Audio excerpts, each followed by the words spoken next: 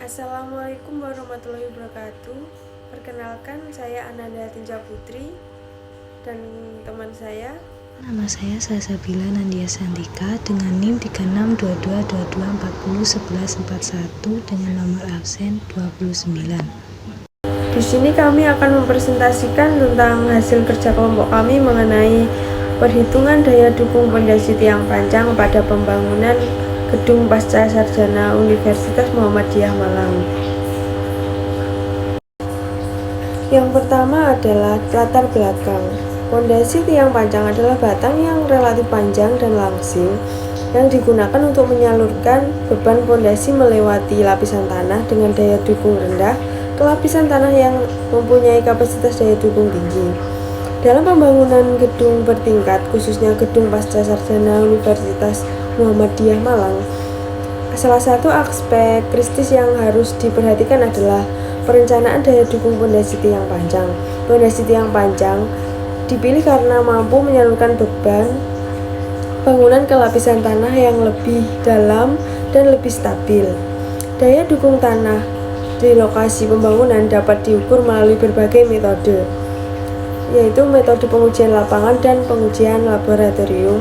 Uji lapangan yang umum digunakan meliputi uji lapangan standard penetration test atau bisa disebut SPT dan count penetration test atau bisa disebut dengan CPT. Perencanaan daya dukung pondasi tiang panjang untuk pembangunan gedung pasca sarjana Universitas Muhammadiyah Malang memerlukan analisis mendalam terhadap data tanah yang diperoleh dari pengujian lapangan. Dengan perhitungan yang akurat dan validasi lapangan, pondasi yang direncanakan akan mampu mendukung beban struktur dengan aman dan stabil. Yang selanjutnya adalah tujuan. Maksud dan tujuan dari penulisan laporan ini adalah menghitung perencanaan pondasi pada suatu pembangunan gedung pasca sarjana Universitas Muhammadiyah Malang. Yang kedua, mengolah data perencanaan pondasi dari data yang diperoleh. Yang selanjutnya, rumusan masalah.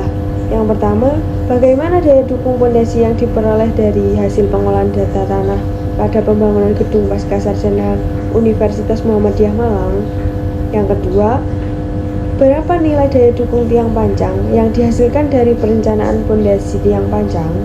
Yang ketiga, bagaimana perhitungan penurunan pondasi tiang panjang pada pembangunan gedung pasca sarjana Universitas Muhammadiyah Malang? Yang selanjutnya adalah deskripsi lokasi pekerjaan. Proyek pembangunan gedung pasca sarjana Universitas Muhammadiyah Malang yang berada di Jalan Raya Telogomas nomor 246 Malang. Proyek pembangunan ini merupakan proyek yang menggunakan struktur beton yang dilakukan dengan metode pengecoran di tempat, yang terdiri dari beberapa pekerjaan, yaitu mulai dari pekerjaan persiapan, pekerjaan pondasi, dan pekerjaan beton. Mulai dari lantai dasar hingga lantai atas dek menggunakan beton dan tangga dengan batuan alat berat.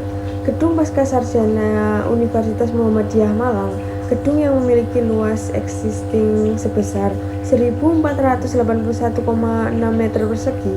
Gedung ini memiliki total 10 lantai yang akan dimodifikasi menjadi 12 lantai berdasarkan dari hasil uji SPT tentang tanah. Yang selanjutnya adalah metode perencanaan. Di sini untuk menghitung kapasitas daya dukung tiang panjang tunggal dan kelompok, kami menggunakan metode Meyerhof dengan rumus sebagai berikut. QLT sama dengan 40 kali NP kali AP plus 0,2 kali N kali AS. Untuk rumus QL sama dengan 10 kali NH kali AP dibagi 3 ditambah dengan 0,2 kali N kali AS dibagi 3. Untuk kapasitas daya dukung tiang panjang kelompok, kita menggunakan metode konvers Labare yang memiliki rumus sebagai berikut. EG sama dengan 1 min theta dalam kurung N aksen min 1 M plus dalam kurung M min 1 kali N aksen dibagi dengan 90 kali M kali N aksen. Yang selanjutnya untuk penurunan tiang panjang kita juga menggunakan metode Meyerhof, yaitu penurunan elastis metode basic dengan rumus S sama dengan S1 tambah S2 tambah S3. Untuk mencari S1 sendiri kita harus menggunakan rumus QP plus QS kali L dibagi dengan AP dikali EP. Untuk S2 nya kita menggunakan rumus QP dikali QC dibagi dengan D dikali QP. Untuk mencari S3 kita menggunakan rumus QS dikali CS dibagi dengan L dikali QP.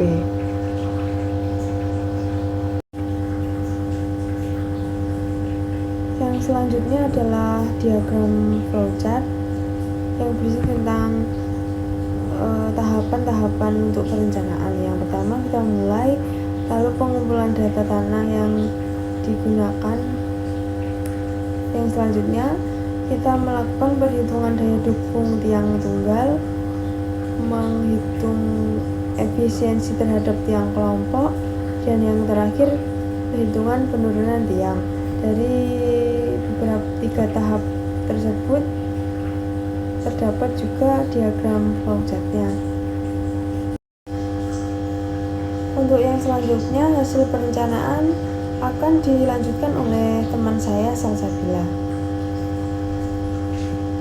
Saya akan menjelaskan hasil perencanaan atau perhitungan dari soal tugas besar kami, yaitu di sini sudah terlihat tabel untuk kedalaman dan nilai NSBT.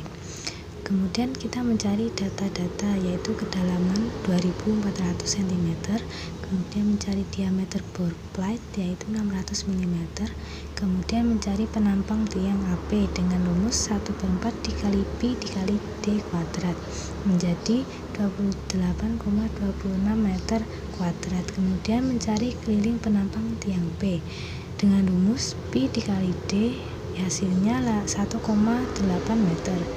Kemudian mencari jari-jari lingkaran dengan rumus setengah dikali D, yaitu hasilnya 30 cm. AS sama dengan Pi dikali delta L, yaitu 43,2 meter. Selanjutnya mencari 8D, yaitu 8 dikali 60 menjadi 480 dengan elevasi 24 dikurangi 4,8 menjadi 19,2. 6D yaitu 4 dikali 60 sama dengan 240, elevasi 24 dikurangi 2,4 sama dengan 26,4. Kemudian mencari NP yaitu 3 ditambah 11 ditambah 20, hasilnya 11,5.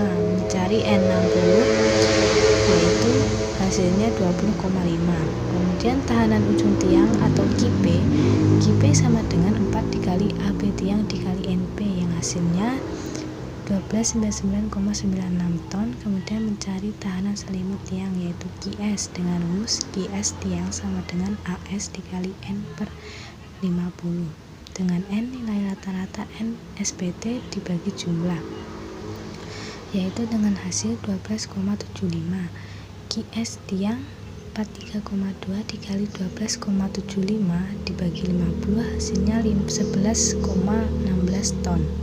Mencari perhitungan daya dukung ultimate dengan data luas sama dengan 6.400, FC beton 35 MPa, P tiang dengan rumus 1/3 dikali 400 kg per cm kuadrat dikali 6.400 dengan hasil 853 ton.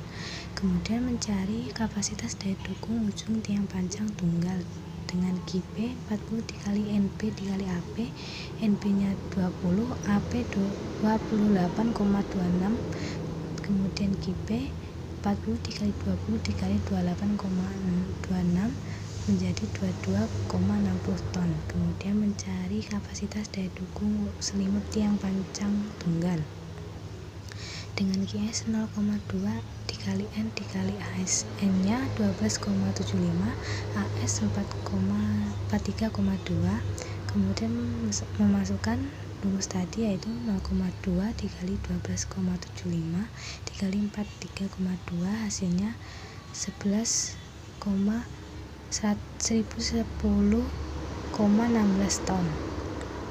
Kemudian cari kapasitas daya dukung maksimum ultimate tiang panjang tunggal dengan Q ULT sama dengan 40 dikali NP dikali AP ditambah 0,2 dikali N dikali AS yang hasilnya 27,13 ton. Kemudian mencari kapasitas daya dukung yang diizinkan allowable tingkat panjang tunggal dengan QL, rumusnya QULT per SF. SF itu hasilnya 3, kemudian kita bagi dengan QULT nya yang tadi 27,13 dibagi 3 hasilnya 9,04. Kemudian menentukan jumlah tiang panjang dengan N sama dengan P dibagi QL. Dengan N nya 94,35 maka jumlah tiang menjadi 95 tiang. Kemudian mencari perhitungan kapasitas daya dukung tiang panjang kelompok dengan metode converse lever dengan rumusnya EG sama dengan 1 min theta dalam kurung N-1 dikali M plus dalam kurung M-1 dikali N aksen dibagi 90 dikali M dikali N aksen dengan tetanya yaitu rumusnya mencarinya tan pangkat min 1 B dibagi S dengan hasil 42,964. Kemudian memasukkan rumus EG dengan hasilnya diperoleh 0,202. Mencari kapasitas ultimate dari nilai NSPT dengan metode Meyerhof yaitu QP sama dengan AB dikali 38 N LB per D kurang dari 380 N AB KN dengan hasil 5476,76 kN kurang dari 19,7 kN. Kemudian menahan tahanan ujung tiang dengan memperhatikan faktor kedalaman dengan metode Meyerhof yaitu FB 0,6 N60 L per D PR kN per meter kuadrat LD per D lebih dari 10 kedalaman 9 dengan hasil 328 kN per meter kuadrat. Kemudian menghitung tahanan gesek satuan atau FS. FS 1/50 PR N60 hasilnya 40 kN per meter persegi. Selanjutnya mencari penurunan tiang tunggal berdasarkan data SPT daya dukung pondasi.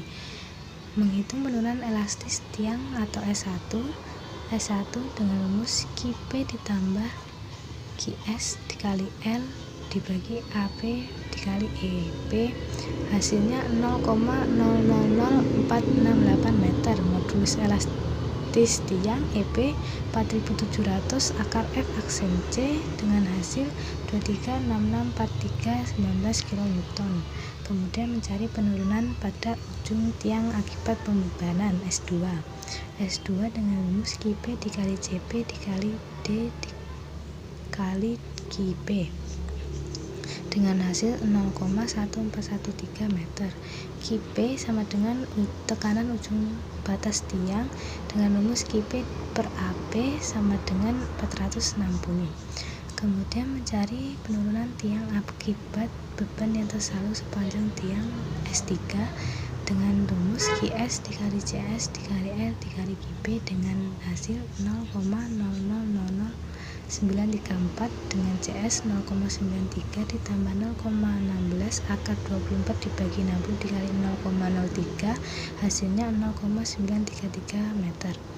Penurunan elastis mode basic yaitu S menjumlahkan hasil S1 dan S2 dan S3 dengan hasil 0,142 meter. Kemudian mencari penurunan yang diizinkan S izin 10% dikali D sama dengan 0,1 dikali 0,6 hasilnya 0,06 meter. Selanjutnya yaitu kesimpulan dan saran. Yang pertama, perhitungan kapasitas daya dukung tanah berdasarkan data SPT menggunakan metode Meyerhof mendapat nilai tahanan ujung tiang QP sebesar 1299,96 ton dan tahanan selimut tiang QS sebesar 11,16 ton.